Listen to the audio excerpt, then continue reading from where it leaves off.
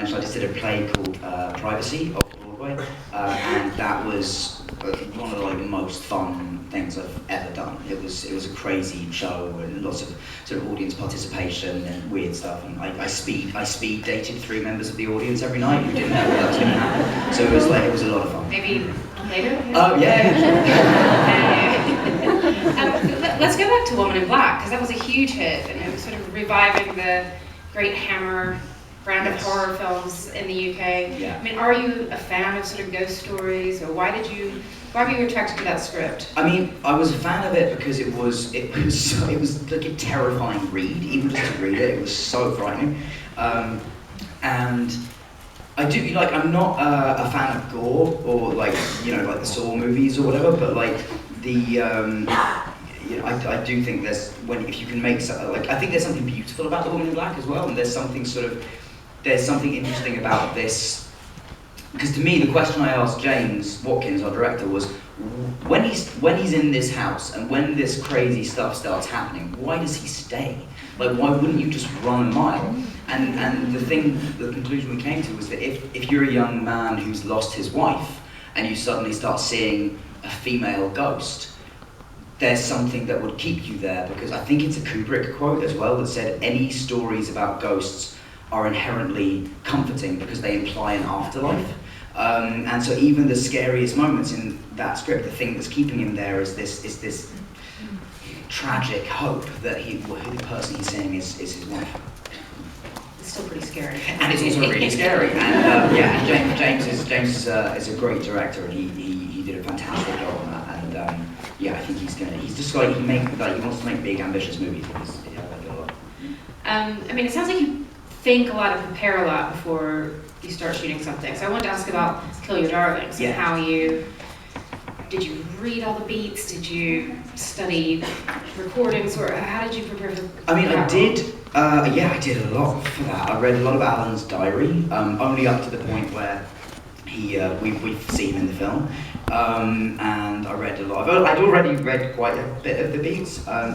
So I was quite excited by that. I mean, I actually wasn't like a huge, massive fan of the Beats, like a lot of people are, but I was sort of a massive fan. I am a fan of what they stood for and what they did, and the sort of balls it took to do it. And so I mean, as I mentioned earlier, John Krokidas was and continues to be a huge influence in my life, the director of that movie. He's somebody who I've sent scripts I've written to for notes, and he's fantastic. And he sat me down with this book called Directing Actors by Judith Weston. If anybody hasn't read it, it's really, really, really good. And if anybody is planning on being a director, please read it. Your actors will thank you. So we went through that, and sort of that's how he started. That was many of the things I talked about earlier about action verbs and things like that. That's where that all comes from. We worked on sort of physicality slightly, and watching, like, there's some amazing footage of Alan being. That's the thing about Allen Ginsberg as well that comes across when you see interviews with him, or when you talk to people that knew him. He was a lot of fun. Like, he was kind of goofy and crazy, and was really cool.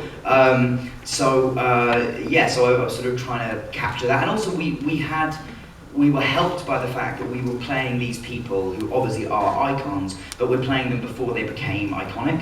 And I'm playing sort of a very innocent version of Allen Ginsberg, who has not yet done loads of LSD or smoked loads of cigarettes or whatever, so I wasn't too fixated on like, I need to sound like him. I mean, I obviously need to do like a New Jersey accent, but not, it wasn't something that, I was like, I have to make my voice sound, gravelly and all that thing. When you are playing somebody who actually existed, does that feel like an extra sort of weight on your shoulders, or do you have to just sort of your version of them? I mean, you do have to just do your version of that. I mean, I'm not an impressionist, so I'm not just going to be able to mimic someone perfectly. And so it was, the more important thing to me was to create a character who felt real. But yeah, it does add some pressure. It also adds a little bit of pressure when it's a character that has been played a couple of times recently. I mean, I think, obviously James Franco played him in Howl, and then I can't remember who played him in On the Road, but somebody was it was him in On the Road. So that as well, you always, in a way, it's like doing a revival of a play or a musical. You sort of go in knowing you are going to be compared to the other revivals of that play or musical or the original version. So yeah, you're aware of that, but you at a certain point just have to go, no, don't think about it, just do your own thing. I'm going to skip ahead a little bit to the two films you have here, which are Imperium and Swiss Army Man. Can we see? Did you see Imperium or Swiss Army Man? Yeah, if you can. Hey, Great. Thank you. Maybe let's start with Imperium. Yeah. I mean, very convincing American accent. I say that as an American. Where are you from in America? North Carolina. Okay, cool. I thought I had to tell a little bit like a Baltimore thing in your house. But I live in London, so I have this weird Madonna-like. You sound much nicer than Madonna. But Imperium, this is based on a real memoir. Yes. Right? Oh, yeah, it's based on. So sorry to interrupt you. It's not quite. It's not one story. It's basically Michael German was the guy that my character's based on, and he was undercover for 12 years with various different groups. He did about 6 different, I think, undercover sort of missions is the wrong word, but you know what I mean. And so it's sort of an amalgamation of all of those different cases. Everything in the movie that you see has really happened or is based on someone true, but it didn't all happen in the one story. And with this, it was the director, the script, this world of domestic terrorism. What was really motivating you to take this one on? Well, I read a lot of I read a lot of scripts at the time, particularly that started with they start by setting up a character as being smart, and his intelligence is, if you like, his superpower, and that's how he solves problems. That's how he overcomes the obstacles that the film puts in his way. And then what happens generally in those scripts is that in the last third of the movie, they just go, never mind that, give him a gun, he's just going to kill everyone. And to me, there was something so exciting and much more authentic about a film that, had the balls to stick to, keeping their character unarmed. And so the tension in the movie is always coming from a place of, can he outsmart them rather than can he outshoot them? And to me, that's just, it's a lot more interesting and as I said, a lot more real. Like, if you fire a gun undercover, you're the worst undercover agent in the world. James Bond is great, but he's a terrible spy. And that scene when you shave your head, you actually did that on camera? Yeah. That must have been kind of nerve-wracking, but also getting you really into the character. Both, definitely. Well, because I'm not sure if there was a scene in the script where he shaved his head. Well, it was a conversation that me and Dan Ragussis, the director, had, because I just, we knew I was going to shave my head, and I just said, well, we should film that. That should be we should have that on camera if I'm going to do it.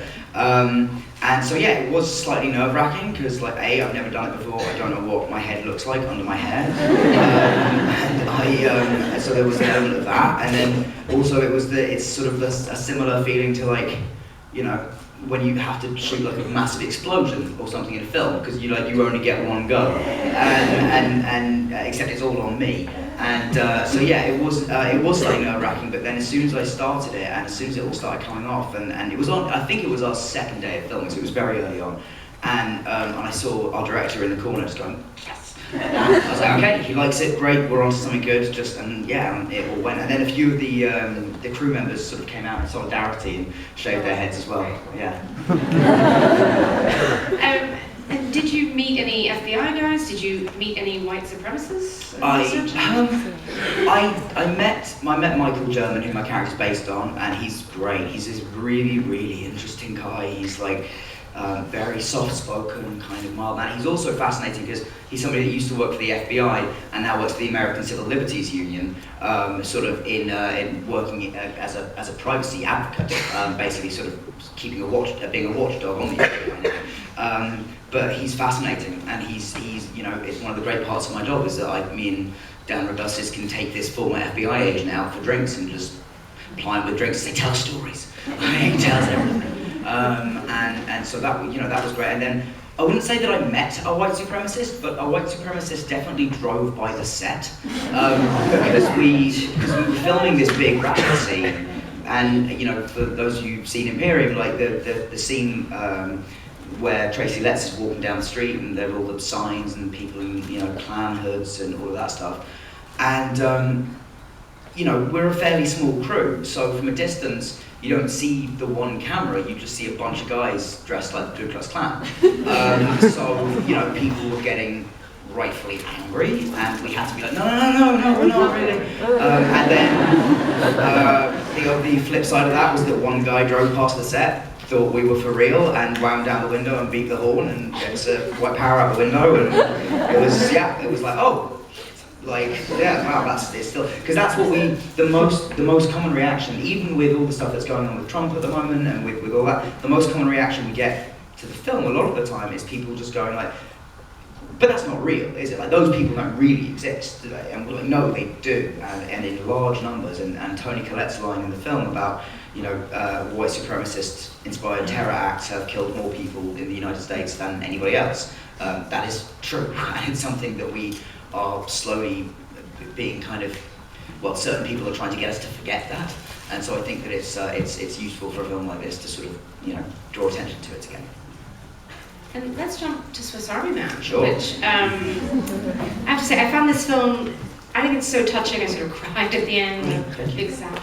But it's, you know, it's this farting corpse, and, you know, it sounds on paper like it's kind of a joke, yeah. You know, but it's a very moving film about sort of life, and yeah, why, when you read that script, did you think like, oh my gosh, amazing, or did you think, I need to talk more about this to these directors to see if I get their vision? Or? I mean, a little bit, but mainly I was just like, yeah, I'm in, because it's, you know, I read a lot of scripts and I read a lot of weird scripts, and the difference between a great weird script and a bad weird script is noticeable immediately, and just in the quality of the writing, and it was so evident that the people who had written Swiss Army Man were incredibly intelligent and really funny and creative, and then when you go and look at their music videos, you go, yeah, these are the guys that can pull this movie off.